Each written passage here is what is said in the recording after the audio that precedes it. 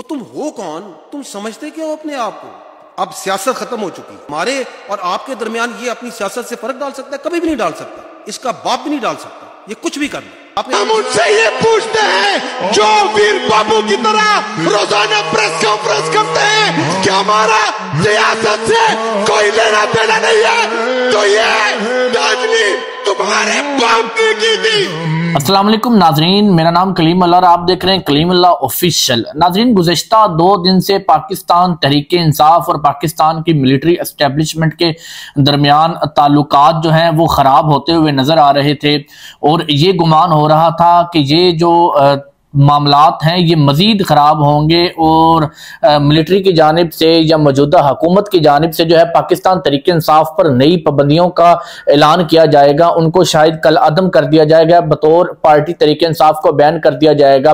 सुहेल अफरीदी के खिलाफ सख्त एक्शन लिया जाएगा। ये तमाम मामलात होंगे क्योंकि 2 दिन कबल DGISPR ने बड़े खुलकर जो है वो पाकिस्तान तहरीक इंसाफ के खिलाफ एक प्रेस कॉन्फ्रेंस की, जिनमें उन्होंने हर तरह का वो लफ्ज़ इस्तेमाल किया। उन्होंने इमरान खान को ज़हनी मरीज करार दिया, पाकिस्तान की सालमियत के लिए नेशनल थ्रेट करार दिया गया कि एक बहुत बड़ा ये खतरा है पाकिस्तान की सालमियत के लिए। उसके साथ साथ उन्होंने और भी ऐसे अल्फाज इस्तेमाल किए जो इमरान खान के सख्त जो खिलाफ अल्फाज इस्तेमाल किए और पाकिस्तान तहरीक इंसाफ को ये बात वाज़ेह कर दी कि उनको किसी का बाप भी जो है फौज और अवाम के दरमियान जो है वो लड़ाइयाँ या जुदाई या नफरत नहीं फैलाने दी जाएगी। किसी के बाप की भी हिम्मत नहीं कि वो ऐसा कर सके। तो यहाँ तक अल्फाज इस्तेमाल किए गए। तो उसके बाद तहरीक इंसाफ की जानिब से सोशल मीडिया पर एक सख्त रद्द अमल देखने को मिला और एक सहाफ़ी के सवाल पर DGISPR से जब सवाल हुआ कि सुहेल अफरीदी ने कहा है कि ये फौज जो है ये कुत्ते बांध देती है मस्जिदों में, तो उन्होंने इसके जवाब में कहा कि हम किसी जो भौंकते हैं उनको भौंकते देना चाहिए, उनका जवाब नहीं देना चाहिए सुहेल अफरीदी साहब को उन्होंने कहा। तो बड़ा सख्त जो है अल्फाज का इस्तेमाल उनकी जानिब से किया गया और बड़ा खुलकर किया गया। जहां पर मंसूर अली खान ने एक अच्छा सवाल किया कि आप हमें ये बताएं कि फातिमा जना से लेकर उसके बाद जुल्फकार अली भुट्टो आते हैं, उसके बाद मियां मोहम्मद नवाज शरीफ आते हैं, जितने भी लीडर आए, बेनजीर भुट्टो आई, आपने सबको पहले नेशनल थ्रेट कहा, बाद में उन्हीं को हुकूमतें दी, बाद में वही लोग बरसर इक़्तिदार आए।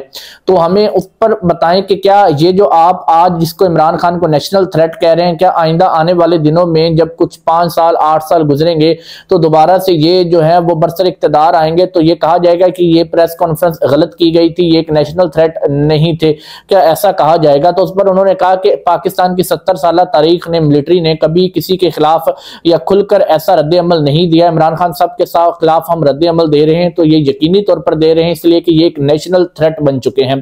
तो उसके बाद गुमान ये किया जा रहा था कि अब जो है पाकिस्तान तहरीक इंसाफ का पेशावर में एक जलसा मुनक्कद किया गया 7 दिसंबर को। आज के दिन जो जलसा अभी भी जारी है, आप वीडियो देख रहे होंगे तो शायद मुकम्मल हो चुका होगा।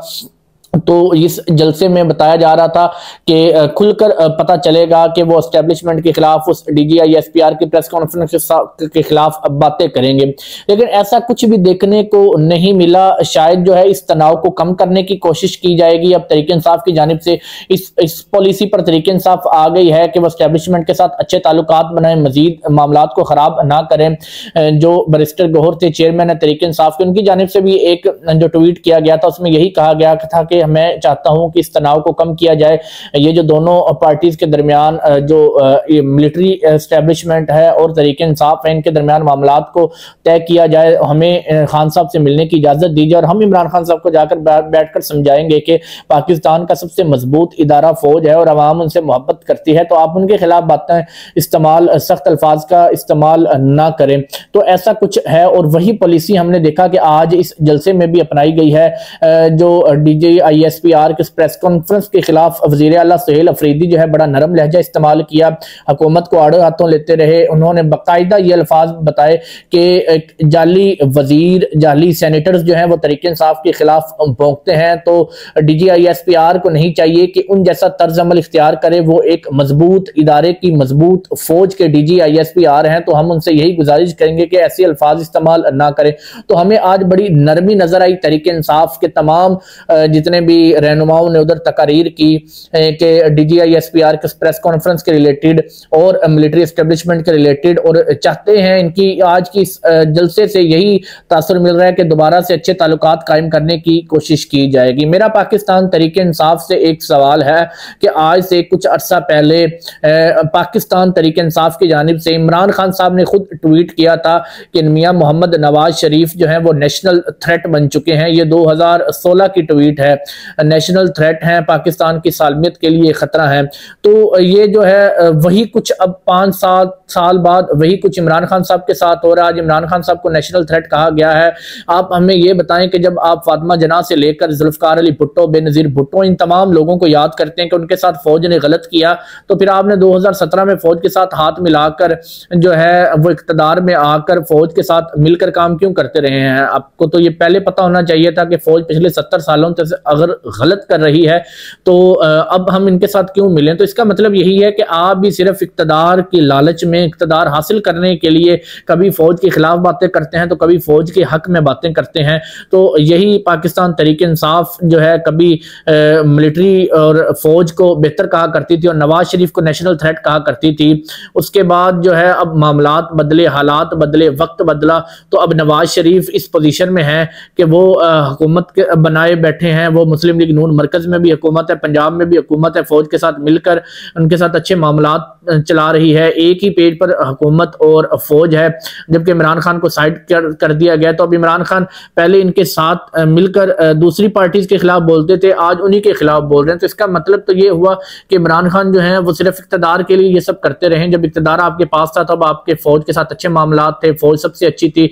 जब आपको इख्तदार से दूर कर दिया गया तो फौज खराब होगी। तो अब दोबारा से मुझे लगता है यही पॉलिसी अपनाई जाएगी तहरीक इंसाफ की जानिब से कि वो फौज के साथ अच्छे मामलात करे, क्योंकि आज की इस जो जलसा था इसमें यही तासुर दिया जा रहा था, लोगों का यही एनालिसिस था कि आज बड़ी सख्त अल्फाज का इस्तेमाल किया जाएगा फौज के खिलाफ, DGI-SPR के खिलाफ। लेकिन अल्लाह का शुक्र है ऐसा नहीं हुआ, क्योंकि इससे पार्टीज को फायदा हो ना हो, फौज को फायदा हो ना हो, लेकिन अवाम को कोई फायदा नहीं मिलने वाला था। उनको सिर्फ नुकसान ही नुकसान था इस तमाम लड़ाई का।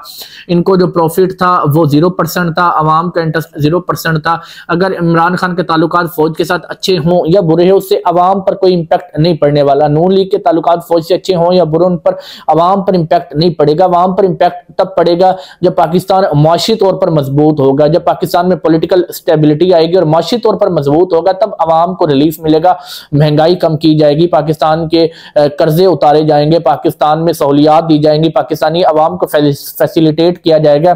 तब हमें ये मालूम होगा कि अब पाकिस्तानी अवाम के लिए कुछ सोचा जा रहा है। ये ताल्लुकात कभी फौज के साथ किसी के बेहतर होते हैं, कभी किसी के खराब होते हैं, इससे अवाम को कोई फर्क नहीं पड़ता। अवाम को तब फर्क पड़ेगा जब एक कोई भी ऐसी हुकूमत जो पॉलिटिक्स सही तरीके तर्ज से करके पाकिस्तानी अवाम की वोट लेकर बरसर इक्तदार आए और उसके बाद तमाम वो फैसले करे जो अवाम के हक में है, तमाम वो इकदाम करें जिससे अवाम को फैसिलिटेट किया जाएगा। तो हकीकी मानों में वो जमात जो है वो अवाम का फायदा सोचेगी और इक्तदार से हटकर अवाम को ही फायदा देगी।